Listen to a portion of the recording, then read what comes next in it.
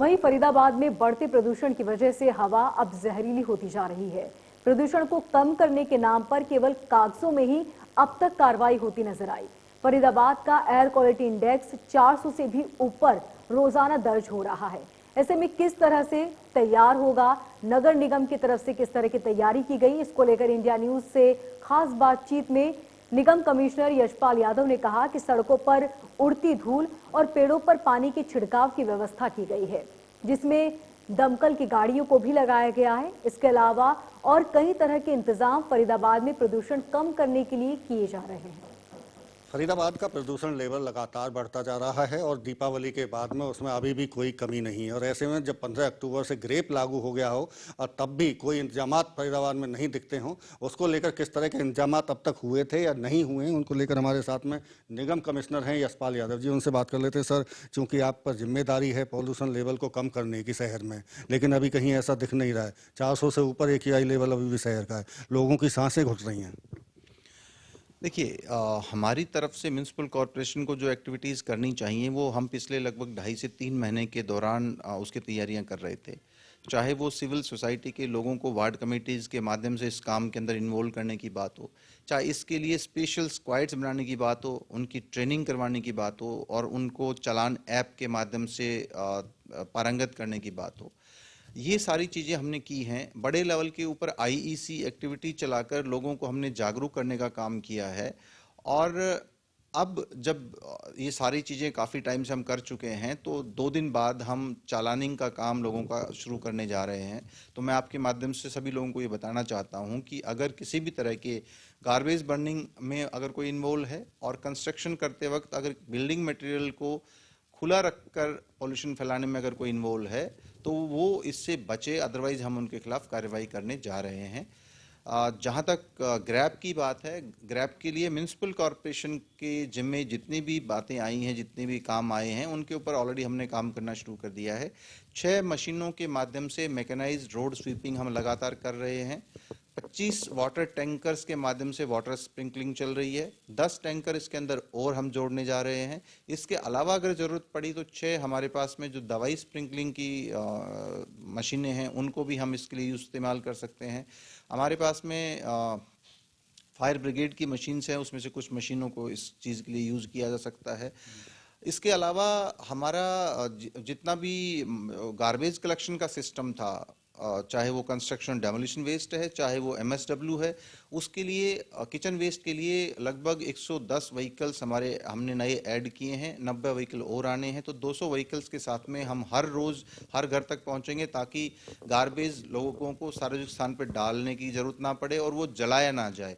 Construction demolition waste plant हमारा अगले कुछ दिनों के अंदर शुरू हो जाएगा और हम हर घर से कंस्ट्रक्शन डेमोलिशन वेस्ट को कलेक्ट करेंगे, उसको रिसाइकल और रीयूज़ करेंगे। रोड के ऊपर जितनी भी डस्ट पड़ी हुई है उसको रिमूव करने की एक्टिविटीज चल रही हैं। तो म्यूनसिपल कॉरपोरेशन लगातार उनकी जो जिम्मेदारी है उसको पूरा कर रहा है और आम लोगों से भी हम ये रिक्वेस्ट कर रहे हैं लगभग 3 महीने से कि उनको भी जो जिम्मेदारियां हैं वो पूरी करनी चाहिए ताकि मिलकर हम पॉल्यूशन लेवल को कम कर सकें। और विशेष तौर पर जो गार्बेज बर्निंग है या लोग चूल्हा जलाते हैं या लोग कंस्ट्रक्शन मटेरियल को खुला डाल के उसमें से पॉल्यूशन करते हैं, उन सब चीज़ों को रोकने की ज़रूरत है। सर, लेकिन सवाल बड़ा ये है कि आप जिम्मेदारी किसकी बड़ी है, आम लोगों की या जो निगम एजेंसी है जिसकी जिम्मेदारी जवाबदेही भी है? क्या लेवल कुछ कम हुआ है क्या? कुछ जिस तरह आपने, चूँकि आप बयानों में कह रहे हैं कागजों में बहुत लंबे चौड़े काम हो रहे हैं लेकिन ज़मीन पर नहीं दिख रहे हैं सर वो। देखिए, हर चीज़ की जिम्मेदारी म्यूनसिपल कॉरपोरेशन की है। जो एक्टिविटीज़ मैंने आपको बताई हैं उसके लिए हमने स्पेसिफिक ऑफिसर्स और बाकी टीम्स तैयार की हैं, उनको ट्रेनिंग दी है, उनसे हम काम ये करवा रहे हैं। अगर उसमें वो किसी भी तरह की कोताही बरतते हैं तो उनके खिलाफ कार्रवाई होगी।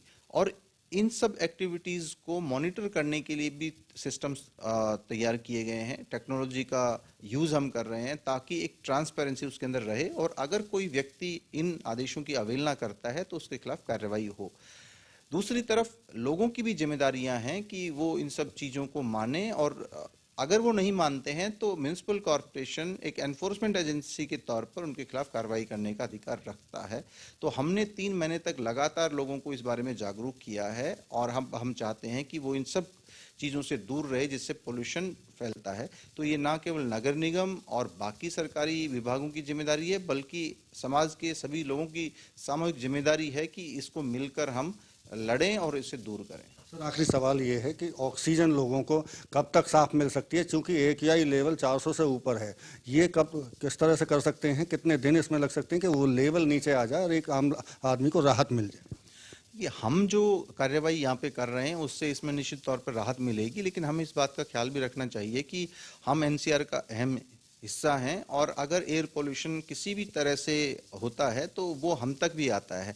तो हम अलग अलग चैम्बर्स में नहीं बैठे हुए, हम सब लोग एक दूसरे के साथ में मिले हुए हैं और अगर कहीं पर भी प्रॉब्लम रहती है तो उसका इम्पैक्ट हम तक भी आएगा। लेकिन हम अपनी तरफ से जितनी चीज़ें करनी चाहिए शॉर्ट टर्म लॉन्ग टर्म दोनों के ऊपर प्रॉपर तरीके से काम कर रहे हैं और मुझे उम्मीद है कि हम यहाँ आने वाले दिनों के अंदर राहत महसूस करेंगे। बिल्कुल, ये थे हमारे साथ में निगम कमिश्नर यशपाल यादव, जिनका साफ तौर से कहना है कि आने वाले दिनों में पॉल्यूशन लेवल फरीदाबाद का कम होता हुआ दिखाई देगा। लेकिन ये भी बात सच है कि पॉल्यूटेड अगर एयर फरीदाबाद की तरफ आती है तो उन्हें सीमाओं में नहीं बांधा जा सकता, क्योंकि दिल्ली NCR का हिस्सा फरीदाबाद है। तो ऐसे में कई बार जो दूसरी जगह से जो हवाएं आती हैं पराली जलाने की, चाहे बाकी के पॉल्यूशन को, तो इसकी भी एक वजह पॉल्यूशन बढ़ने की फरीदाबाद में है। फरीदाबाद से देवेंद्र कौशिक, इंडिया न्यूज। यहाँ रुकेंगे एक छोटे से